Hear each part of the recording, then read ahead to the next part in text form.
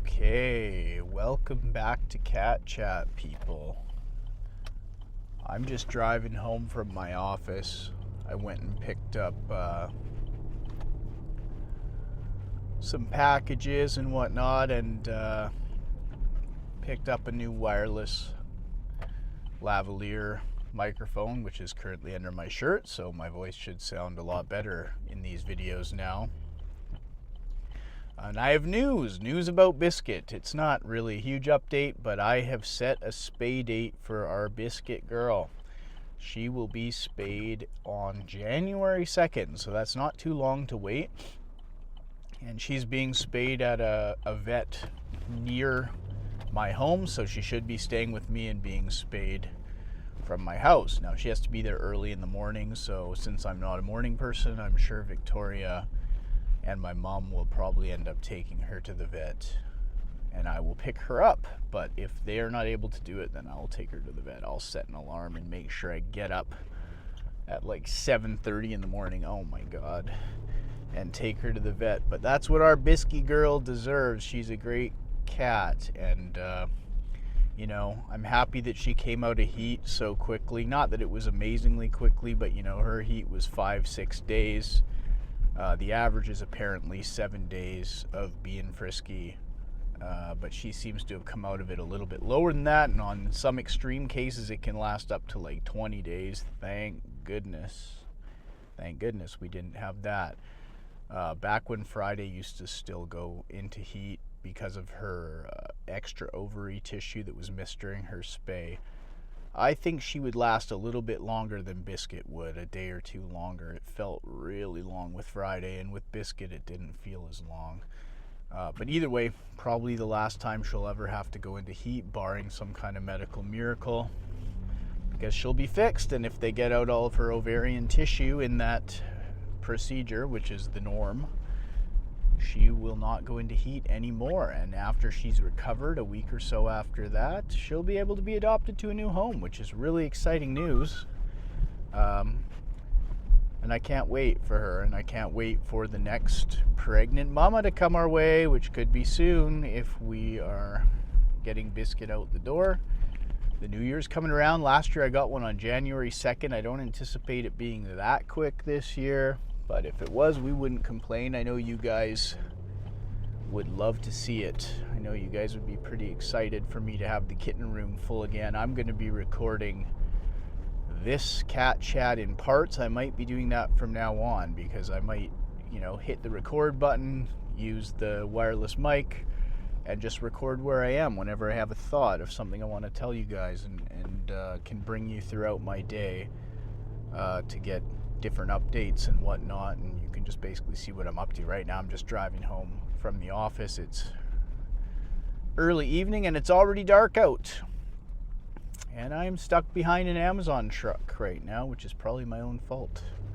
Just kidding, but I did pick up a few more packages. I don't have enough to do an opening yet, but I'm sure we'll do that soon. So I'm back at home, and I'm continuing to use my new microphone. It was gifted to me for Christmas by Linda, and today I've had to set up in the kitchen, because, you know, what's the point of cat chat if I can't get a cat in there at some point?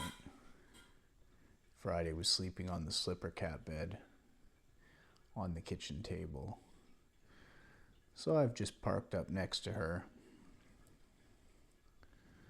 to give her a pat while we chat. Not sure she's really too happy about it yet, but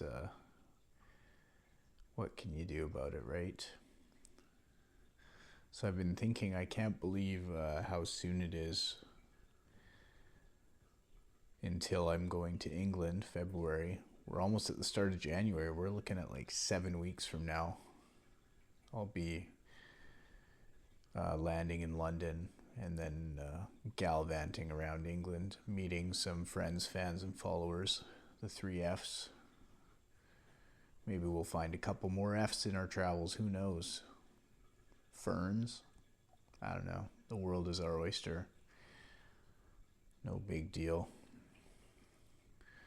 Quick follow-up on Brandon's stray cat. My friend, my childhood friend, who's got a stray cat, that he's been taking care of. He's been having this cat in his house, and I don't think I've shared this before actually, but the cat's name is Alexa. So I think he's probably named her Alexa because you guys were so generous and hit up the Amazon wish list that I told him to make, and have supplied him with a bunch of food and some toys. And I know he had a really Merry Christmas knowing that he didn't have the monetary support from his family, who he requires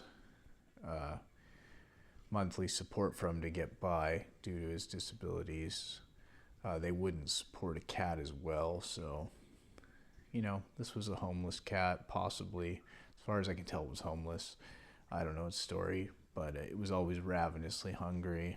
And now our followers are providing food, so that makes me really happy. As you can see, if you're watching this and not listening to it in your car or something, I have had my hair cut.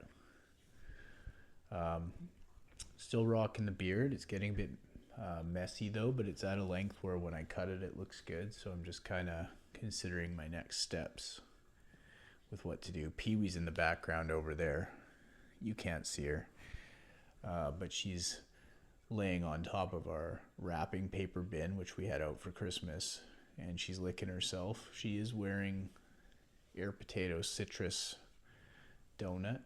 Peawee, you can come here if you want, because she had a little scratch. Oh, you grumpy, eh, Friday?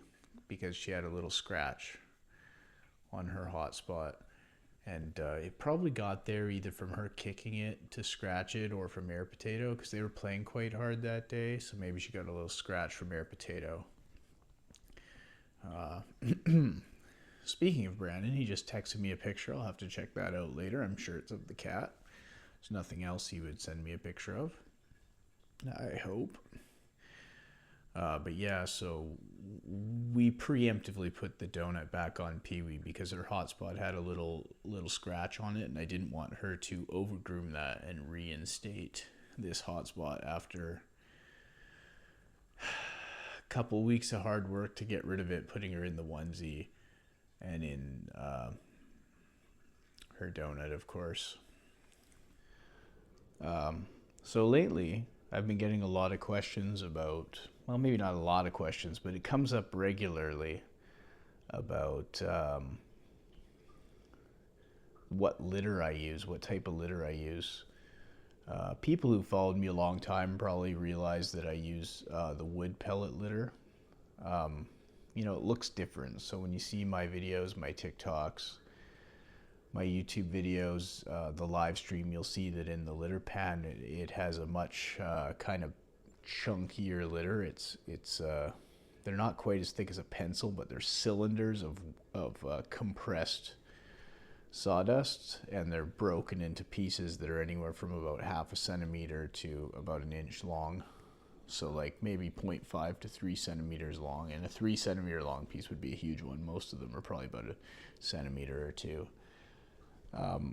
But these wood pellets, this litter isn't actually cat litter. I mean, you could buy it nowadays as cat litter, but if you're buying it as cat litter, it's more expensive in a smaller bag at the pet store. But where you really get it is at the hardware store, and it comes in 40-pound bags, and these 40-pound bags are huge. You got to carry them home. But this litter is natural. It's very cheap. It's about $8 Canadian for that bag, and it'll last you a long time. But this litter doesn't scoop like normal litter. The pine pellet or softwood pellet litter that we buy, it's not clumping. It's actually the opposite of clumping. So when a cat pees on these pellets, the pellets, they turn into sawdust. Not instantly, they aren't vaporized, but they turn into sawdust, so it puffs up, it kind of gets fluffy. And when you go to scoop it, you actually scoop it in an inverted manner. Now, you know, there's all sorts of videos about that on YouTube and the internet, and there's even one in on my TikTok channel. Sorry, my voice seems to be going today. I don't know if I'll be able to get through a super long video today, but for whatever reason my voice seems to be going. But yeah, when you scoop it inverted. So when you take your scoop and shake it, in normal litter, the stuff that falls out the bottom is the good litter, and the clumps that stay in the scoop are what you throw away. Well, with this litter, when you shake it like that, the stuff that falls out the bottom is the garbage. So you kind of shake it over a bag and you throw out the tiny particulates, because that's the stuff that the pea is saturated in, changed from pellets into powder. And then the poops you scoop out separately.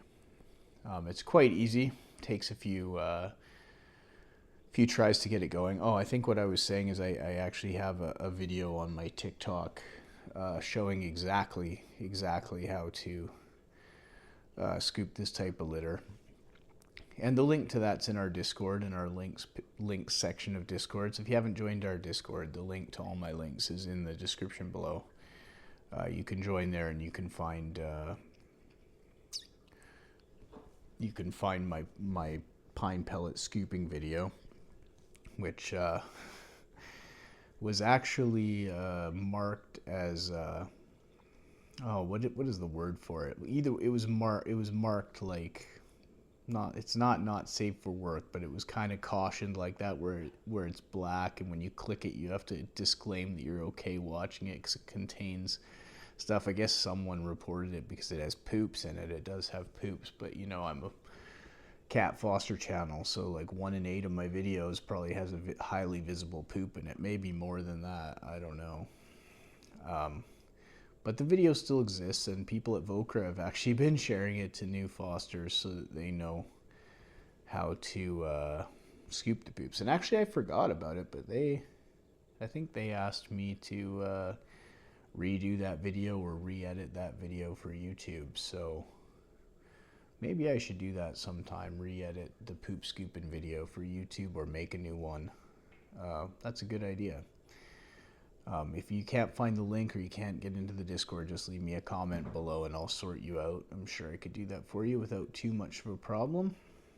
We'll figure it out. It's on my TikTok, but you don't need an account to watch that at all.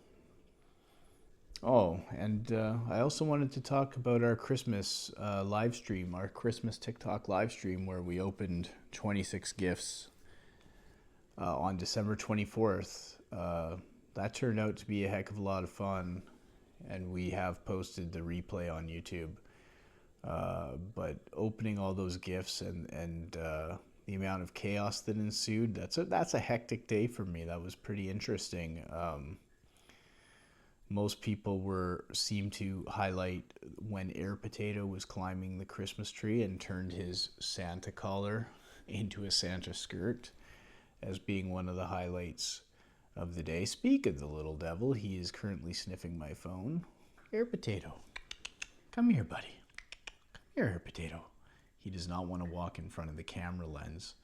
He is behind the phone only.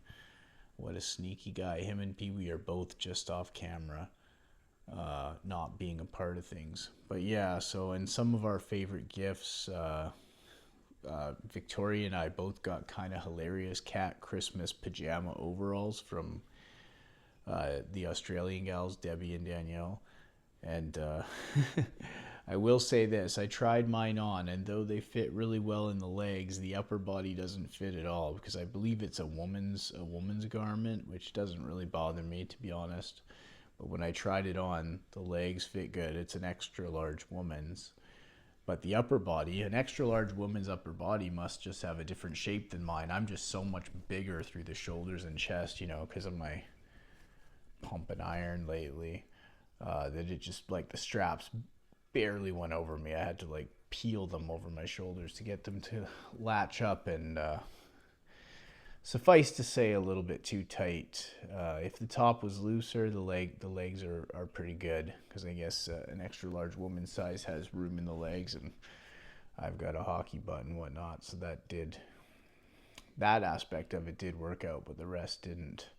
I took the gifts from Linda, the microphone boom arm for the stream room, and I did surgery to attach that to the desk, because my desk isn't the right type of desk to attach that to, because it's secretary desk. It doesn't have a flat surface that you can put the clamp on. It's like a box and then it opens. So I had to strap the mount for the microphone to the side with some steel strapping and screw it in and drill pilot holes and all that.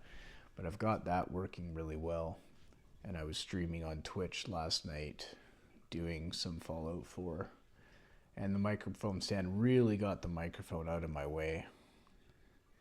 And it was a much more pleasant experience and much easier to put it away when I was done. And just a cleaner look in general. I've switched from my studio projects C1 to Shure SM7B with an inline booster, not a cloud lifter, but one like it. And that microphone works better coming from above than the other one did. And it's also much more focused. It cuts out background noise. And when I'm using the voice mic, I'm not really looking to pick up the sound of the room. So that's working a lot better. I'm sure you guys aren't here for technical jargon on the microphone setup in my live stream, but if anyone cares, that's what I'm using. And hopefully I'll get to play a bit more tonight as well. Poor Friday, she's suffering through my padding session. There's nothing she can do about it. Nothing she can do to change her life here. So this cat chat has been a little bit disjointed. I'm losing my voice a little bit, and that's distracting to me because it's work. Friday's growling a bit because she's sick of being patted, maybe. You sick of it, girl? Maybe she just wants to sleep. Air Potato's still standing literally right there. What are you doing, Air Potato? Why don't you come over here? Come here, Spud. Spud's a bud. Here's Spud the bud. Friday's not happy I brought him here. But there you go. You get a little cameo from Spud the bud. And a little growl from Friday. Oh, actually, another funny thing today. Work related. I'm covering the business of another agent. I won't use any names, but another agent is on holiday, so I'm covering their business. And they had a possession, meaning that someone who bought a home from them, not their buyer, but another agent's buyer bought the home. And included in the deal was a Murphy bed. And if you don't know what a Murphy bed is, it's like a cabinet against the wall that when you pull it out, there's a mattress in it. So it's like a guest bed that folds up against the wall. Well, anyway, in this contract, the Murphy bed was included. So it became part of the deal, meaning that when they got the home, the Murphy bed was to be there. Now, when they got the keys, the possession, which they got through me because I'm currently covering the business, they went in, the Murphy bed's there, they opened it up, and the mattress isn't there. Well, this has caused quite the stir in them because I guess they were expecting this mattress to be there, but it isn't explicit in the contract saying that the Murphy bed and mattress were included. It just said the Murphy bed, which I think that if you went on like a site, like a furniture site, and bought a Murphy bed, I don't think it would necessarily include a mattress in the cost of the Murphy bed. But anyway, the mattress is apparently, according to the seller, like 15 years old and not terrifically hygienic to pass on to the next owner. It's not like a Murphy bed where it was sitting against the wall and no one ever used it. Apparently it was slept on regularly, and they just didn't want to leave their old dirty mattress. So that's what I'm dealing right now, is with somebody else's client who didn't want to leave their old dirty mattress and a buyer of their home who wants the old dirty mattress. I mean, go figure. I'm not sure why anyone would want that. If you want an old dirty mattress, they are basically free on Facebook, because in the greater Vancouver area where I live, at least in my city, if you want to dispose of a mattress, you have to take it to a waste facility and actually pay a surcharge to get rid of it. So it's not even free to get rid of them. So if you want an old mattress, they're basically free. And sometimes they're free and they're not even gross. So hopefully they can find one and put all this behind them, water under the bridge, and not have to worry about it anymore. But these are the types of little petty squabbles that come up when you're doing my line of work, where you're working on a contract between two people who are buying the biggest investment of their life off of each other. And of course, you have to keep that in mind, that these people are dealing with the biggest investment of their life, and perhaps these small details that become disappointments are, you know, things that can kind of make them feel bad about their purchase and stuff. So I'll try to treat it as well as I possibly can, and I don't know if I'll be able to solve it or not. I don't even know if it's my job to solve it, but we'll look into it, and hopefully both people will come out of it okay, because truthfully, it's not an expensive item in the grand scheme of things. Homes that cost hundreds and hundreds of thousands of dollars, one item that is probably worth, you know, $50 on Facebook shouldn't be something that ruins your life. Oh, there's Spud. He's come back. Hello. He still won't come on camera. He's literally standing just off camera. Maybe I can get him here with a toy. He does love this. Spud, come here. No, he's like allergic to being on camera right now. So, anyway, since I can't get Air Potato here, and this has been quite a long, disjointed talk, probably supremely interesting, I hope you've enjoyed sitting around with me. And thanks for watching, thanks for listening. I don't get a ton of views on these anymore, but I do plan to keep going, at least for now, and see if they don't pick up at least a little bit of steam. I'd like to see them getting over 1,000 views each. So the least you can do, make sure you like the video, and if you're not a subscriber already and you do like this, subscribe away. And if you haven't seen them already, we have I think 7 previous cat chat videos that are a lot more cohesive than this one. Thanks for tuning in, and I'll catch you later. And it wouldn't be Michael if I didn't say bye.